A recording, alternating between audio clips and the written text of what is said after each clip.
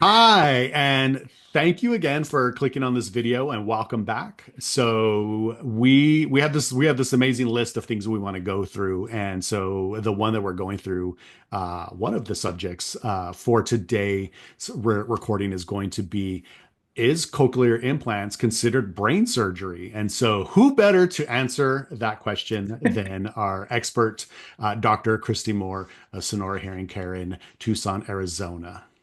Hi, nice to see you again. So, yes. And so really, I guess that's the big question, right? Is it brain Yeah, surgery? Because I mean, you see it attached to the side of somebody's head, yep, right?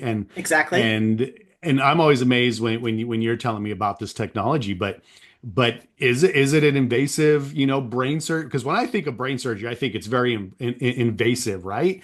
And Right, connecting and so it just maybe my imagination takes over and it's a little more science fiction than it should be than right, what I'm imagining. right, But right. by all means, let us know and the audience know, is it considered brain surgery?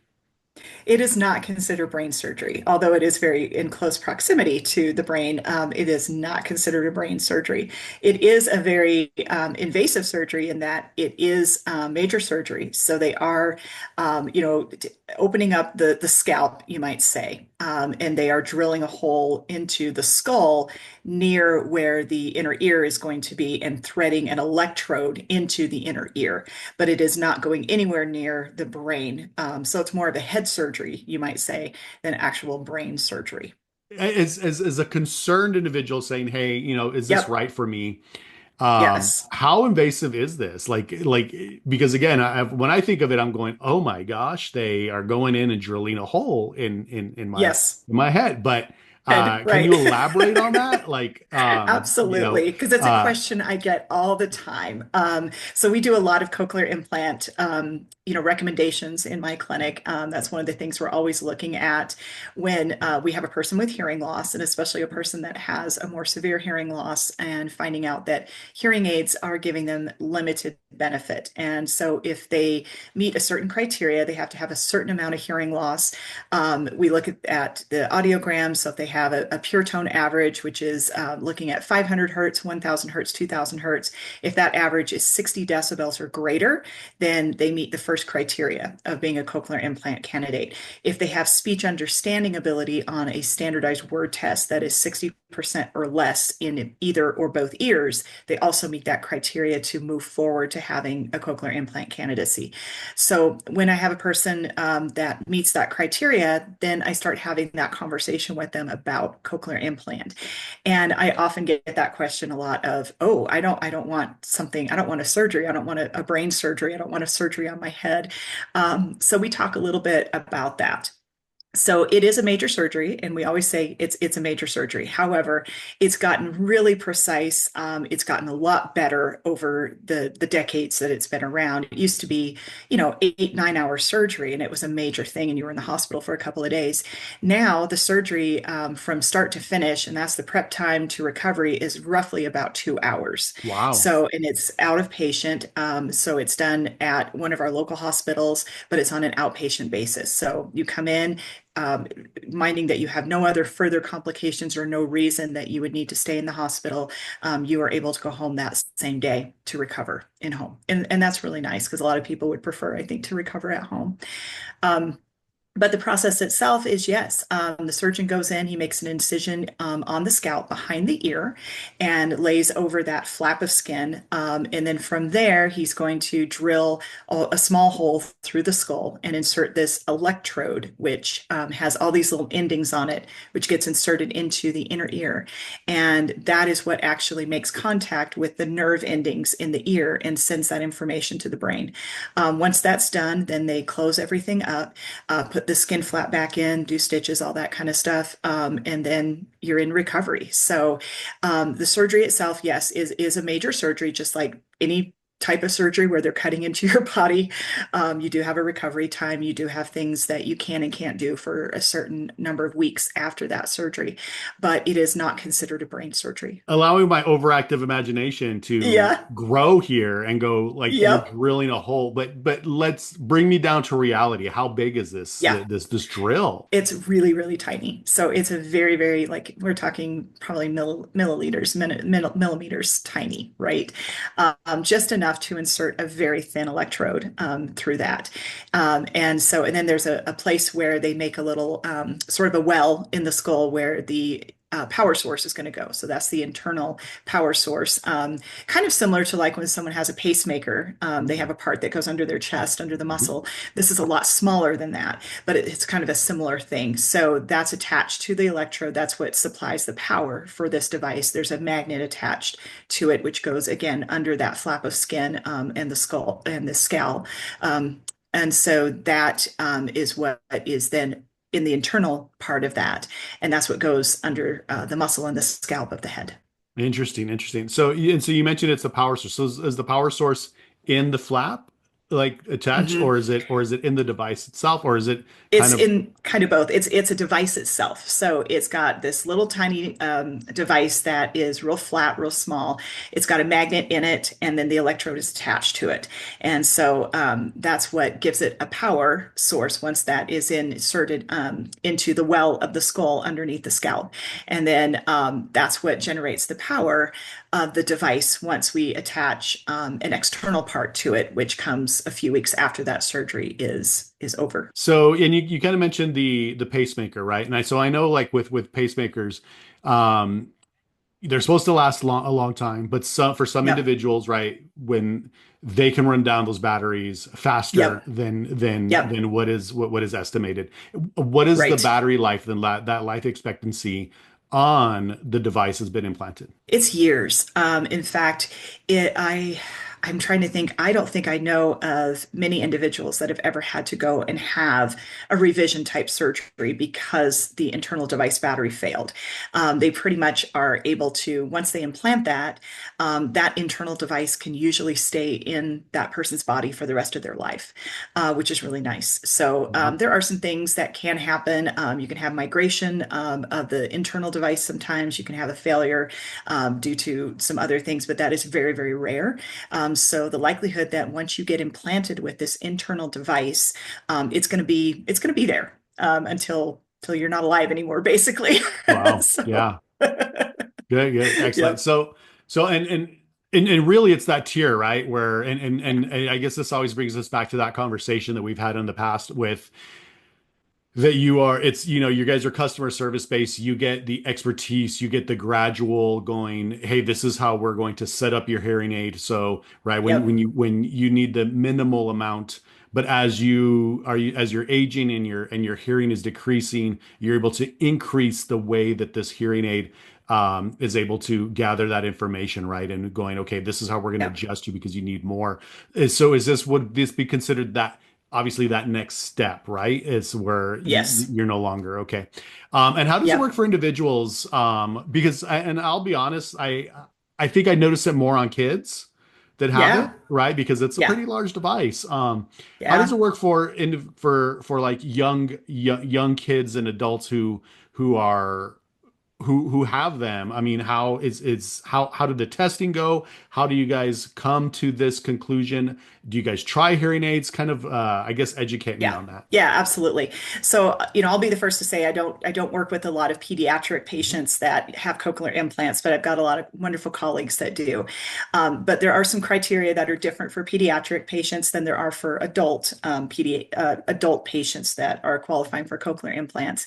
But the idea is that if a child, once they're born, they go through like a newborn hearing screening. That's to test if they have hearing or hearing loss when they're a brand new newborn. And if they're identified with an issue, then they do further testing. And if they find out that, yes, in fact, this child has a hearing loss, if they detect that this child has enough of a hearing loss that either hearing aids or cochlear implant is going to be something that will benefit them, then the guidelines are that we want to get that child implanted with a cochlear implant as soon as possible to develop the best language possible for that child if they want them to be in the hearing world and not part of the deaf culture or deaf community. Um, Now, I think there's even where children as young as 9 months can get implanted with a cochlear implant device. The age keeps getting younger, which is wonderful because again, we're able to get them hearing auditory sound at a younger age, which is going to help with speech development and language, and that's the most important thing. Whether they're doing auditory language, whether they're learning manual sign language, again, language is critical. When they're young, because that's when we're developed speech is 0 to 5 years. So we want to make sure we get that done. And then with adults, the criteria is a little bit different. Most cochlear implant candidates are post-lingually deafened or post-lingually hard of hearing. So they've had either normal hearing the majority of their life, lost their hearing maybe later on, and their hearing progressively got worse to the point that hearing aids were no longer beneficial for them. Interesting. And so you kind of mentioned, we spoke about young and going into adults. Is there something that says, hey, I've hit that age range where I'm just, I'm too old. Yeah, Is there something like that which says, no, we can help you from, newborn up to 80, 90, 100 years old, or, you bet. is there an age range on this type of technology you Yeah, use? there is no upper limit for an age for cochlear implantation. I myself, I think, have had someone. I think my oldest patient was 92 Wow. when he got implanted with the cochlear implant. I've had a few patients that are in their late 80s and early 90s when they got implanted as well. The majority of mine are usually in their mid 60s to 70s because Medicare is an insurance and Medicare Advantage plans that will cover cochlear implantation. So a lot of older adults, that's an option for them to have that coverage. Again, we have to go through certain criteria to make sure they meet FDA and Medicare criteria for the cochlear implant. But an age limit is not there. We do know it's more of the health of the person. It's more of are they healthy enough to go through a major surgery? Do they have good support? So there's a lot of medical criteria that goes into whether someone can have a cochlear implant regardless of their age. Someone who is in their 60s, if they're in poor health, they may not be cleared medically to go through a surgery. Someone who's 95 may be just fine and be able to be cleared medically to go through that surgery, and they can have that surgery. It doesn't matter what their chronological age is. Again, the last podcast we spoke about technology, right? And those Yeah, advances in hearing aids. yeah. What have you seen through technology from when you first entered the field until now, and how has uh, technology propelled cochlear implants? So, like with hearing aids, cochlear implants are not the same thing as hearing aids, but the technology is getting better and better, and they're using a lot of advancements that we see in hearing aids to help advance technology through the sound processors that are used for cochlear implants. So, even before I got started in the field, cochlear implants were big and bulky. They were very large on the ear. They were not always all on the ear. You had sometimes a power source that was down, almost like a Walkman on your waist with a cord Interesting. attached. So now they are completely self-contained as a small device. They're a little bit larger than most of our hearing aids, but a lot smaller than they used to be. So that's really cool now. The sound processing, how it's integrating the sound fully digital, it's using a lot of the same technology that we have in the hearing aids. In fact, a lot of cochlear implant companies have partnerships with a couple of the hearing aids, so they're able to use that technology in their sound processors as well. Rechargeability is a big one. Almost all the cochlear implants now are rechargeable. So that's been a really big game changer as well.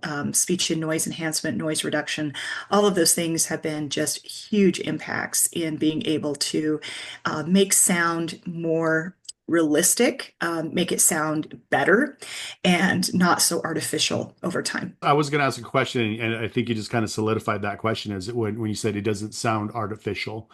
Are there like can are you able to describe what that's like? Because right, it's for me, I understand the concept of a hearing aid of it's Yep, receiving sound and if you would, in a generic term, amplifying it, right? correct. Correct. And this and also too, are there delays or were there delays where, but here Yeah. it's capturing the sound.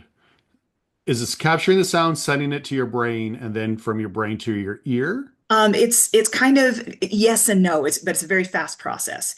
So what hearing aids are doing is they have microphones on the outside part that is taking in the sound, and then that sound is going into the body of the hearing aid, and it's like a little miniature computer, basically. So that sound is being converted from an analog signal into a digital signal back into an analog signal where it goes into the ear and then goes through the mechanism just like it was. So sound goes into our outer ear, vibrates our eardrum, goes into our inner ear, sends electrical impulses through the nerve to the brain where we recognize it as a sound or speech. So that's essentially what hearing aids are doing is they're helping to bridge that gap of what our ear is no longer able to recognize because there's a loss of hearing in some of the frequencies.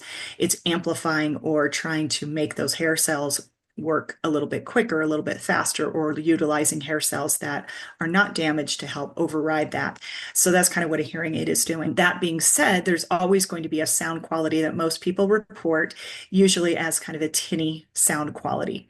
Now, what does tinniness mean? Well, that's kind of a subjective measure, but we can kind of put an objective measure to it because we've described, I guess, what something tinny sounds like, sounds artificial. Mhm. And so most people, when they adjust to hearing aids, because they have high frequency hearing loss, they oftentimes report that now when they're getting that sound back, that it has this artificial or tinny sound quality. So it sounds sharper than it used to. That's not a bad thing. That's just a different sound. And so that's actually a good thing for the brain because that means we're giving that sound signal. Cochlear implant is totally different. We bypass the outer ear, middle ear, go straight to the auditory nerve. And so it's now straight electrical stimulation. So it's going to sound very different. Most people describe it when they first hear with a cochlear implant, it might sound kind of like bells or chimes. It may have a very monotone type signal quality. Sometimes it sounds like Mickey Mouse, Donald Duck, birds chirping, that type of thing. But what they'll say is that you don't sound normal, but I'm understanding what you say. So that's what we're trying to go by. And that's how a cochlear implant works differently than a standard hearing aid. Um, I honestly don't have any other question. The biggest thing I would take away, I would say, is that cochlear implants are now becoming more readily available for more people. And so, as we've worked as an industry through audiologists and ear surgeons to try to get better access and showing through literature, showing through lots of studies, the cochlear implant team that I work with here, their surgeon and audiologists are always doing a lot of studies to show the benefits of cochlear implantation. And again, that literature is being shared with our peers, with insurance companies, and things like that, so that we can show how much more beneficial a cochlear implant is for an individual. And we're trying to meet those criterias so that we can start giving access to people sooner so they don't have to wait until they have enough hearing loss to qualify for that cochlear implant. So hopefully that's going to help in the long term of keeping quality of life, which is the most important thing. So keeping people hearing better longer for however long their life is going to be. Are there statistics or anything where it's become more, I guess, accepted, right, throughout the years? Because again, the procedure got down from what, 2 days, those 48 hours to 2 hours for Yeah. the procedure. Right. Looking at the technology that's growing, was there pushback and is there more acceptance now? There's definitely more acceptance now. And just from the short period of time that I've been in the field, which is 25 years, but that is a short window of time considering when I first came in, cochlear implants were not covered by health insurance. And there were, especially like when I was doing rotations in pediatric hospitals, there were families that were putting a second mortgage on their home and taking out Wow. loans so that they could afford to get their child that cochlear implant, processor, because that was important to them. So just in the short period of time from the time that I began to when I started, practicing as an audiologist in 5 or 10 years after that, insurance coverage started to heavily cover that. So now we were seeing that families didn't have to go into debt or take out a second mortgage to get that for their loved ones. So that was a really good thing. And now It's pretty much the norm to have at least one cochlear implant covered by health insurance, and usually two, depending on the criterias that have to be met. So now we're seeing that burden of financial burden greatly reduced, which is allowing better access for more people to get that technology. Wow, that's great. So, well, and I get this, it's actually pretty amazing, right? Because we always hear the bad things about health insurance and what they don't cover. Yeah, But this is yeah, amazing that they've pushed forward and actually cover this yeah, to, to give individuals a better quality of life. absolutely, That is absolutely. fantastic. Um, Dr. Moore, is there anything like that you want to touch base on with cochlear implants that is like that always just stands out as your as like the number one question, right? That you get, Yeah. or is there something there that you are able to reassure somebody Yeah. who is looking at that, but they're might be a little afraid of the procedure? Absolutely. So the cochlear implant companies are so wonderful at providing support for the providers like me, but also potential recipients. And so I always give them literature to look through. I give them resources of people that they can contact from the companies. Sometimes there's recipients out there that are in the community that can talk to them one-on-one as well and share with their own experience how that works. So it really does help to answer a lot of those questions that someone may have, especially if they're apprehensive. The biggest thing that I always tell people too is that, once you get a cochlear implant and you have the surgery and then we put the external part on your head, turn it on, it doesn't mean you're going to magically hear everything perfectly. It's work. And I always counsel about that. It's a process. It takes a good 6 months to a year to really hear with a cochlear implant device well. Some people, it's much faster. Some people, it really does take that time. And that's because you're wearing it, but you're also having to relearn how to understand speech through a totally different process than you did before. So there's definitely work involved, and I always counsel patients about that this is not going to be an easy road, but if you get through it, I promise it's going to be probably the best thing you ever did. It almost seems like this would be physical therapy for the ear, if you would. It is like physical therapy. I tell them that's exactly what it is. It's like physical therapy for your ears. Yep. So you've got to do, not only do you have to wear this processor, but you have to do these auditory exercises, listening exercises, so that you are making yourself work, making sure that the brain is recognizing those sounds. And that takes a lot of effort. Absolutely. And the more that you do it, the more committed you are to doing it, not necessarily doing it for hours on end every day, but doing it consistently, you're going to see a much faster rate of progress than someone that just puts it on their head, leaves it on there, and doesn't engage in any speech for a 12-hour day. What does the regimen look like? So, they come to you, you're working with specialists. That's Yeah. now been in, I guess for a lack of a better term, installed, Yeah. and they are, Inserted, sure. yes, and it's so it's Yeah. like so, Yeah. That's good. what Installation works fine too. yes, yeah, and so what does the procedure look, or not the procedure, but what does that therapy look like? Like what, Yeah, that just process. as a kind of a brief idea of like what's that Yeah. process that they go What's through? that process? So typically we see them, so usually a month after their surgery, then they come and see me and they bring in what's called their external equipment. So usually that's sent to our office. That includes like the processor. So that's the part that fits on the head over the ear. And that's what we actually map or program the sound so that they can hear with that. So there's a whole programming process we do. We go in, we make sure that soft sounds are audible, loud sounds are not too loud, turn it up, and make sure that they can hear and understand speech and it's not uncomfortable. And that's kind of day one. We'll show them how to use that processor, how to put it on, how to take it off, how to charge the batteries, go through a few things with them, and then have them practice with, okay, we'll get them set up with usually their cochlear implant company to work with an individual that will then kind of go over some of the basics with them, go over any questions that they have, help kind of guide them through some of the accessories and things that they have to make that work. We encourage them to go to monthly meetings where they can meet other recipients that are going through this process as well. They come back in usually a month later and we check the settings, we make some more adjustments, that type of thing. And then usually at 3 months, then we'll do some booth testing where we see how well they're hearing with the device, certain sounds. 6 months, we do some speech understanding with the device so that we can say, okay, how are you understanding speech with that? And then we see them on a yearly basis. And then at home, again, they have all of these resources where they can have some daily exercises where they can call on the phone and listen to a phone conversation. Mm. We encourage them to go, there's different websites that they can go and actually listen to speech, have a microphone where they can speak back.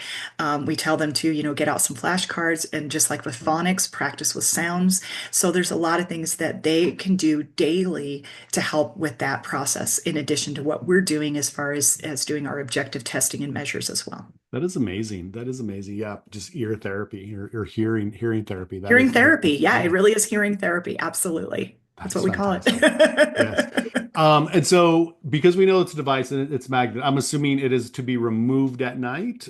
Can somebody Correct. fall asleep with it on? Are they, how durable Sure. are they? Yeah, they're very, very durable. But, they are a small electronic device. So they are prone to things that, are other types of electronic devices. So you have headsets, think about how careful you have to be sometimes with like your AirPods or your phone headset or anything like that. It's going to be prone to things, or your cell phone, in the right conditions, it can break, the right conditions, parts can break down. It can get demagnetized, all those types of things. So there are lots of things that, yes, you do have to be aware of that. But yes, when someone, goes to bed at night, they take off the processor, they're going to put their battery on to charge, they're going to put their processor in a special place to keep it safe. And then in the morning, they'll do the same thing, put that battery on, put it on their head, put the magnet, attach the magnet to the internal magnet, and they're good to go. Awesome. Absolutely. Thinking about AirPods, right? And going, wow, that's the brand.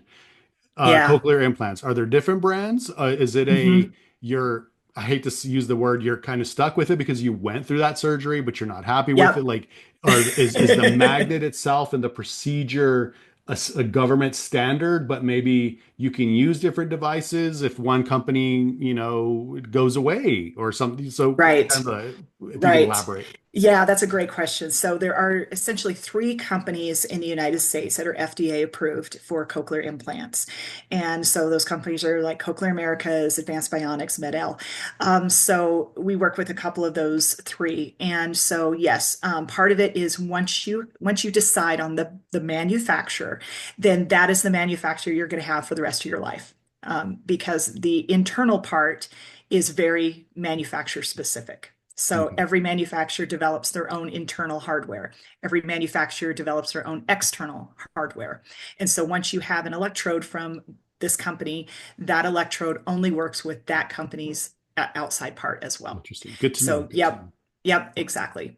Awesome, awesome. So and you help the client along that Yep, road to make absolutely. that educated Yep, decision. absolutely. So my choices or my recommendation has a lot to do with, reliability. So as a company, how long have they been around?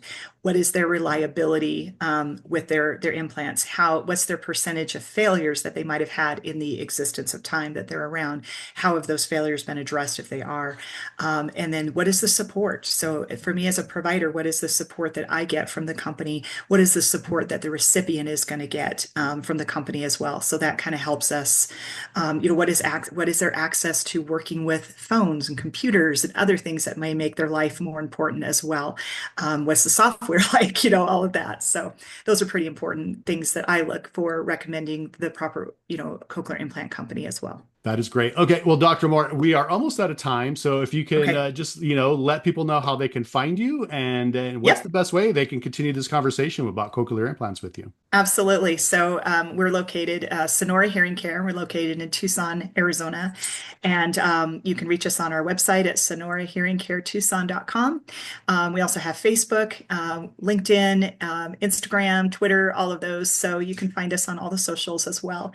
You can call our office at 520-881-8740. We'd be happy to conduct a hearing test, a consultation, so that you can learn more about cochlear implants.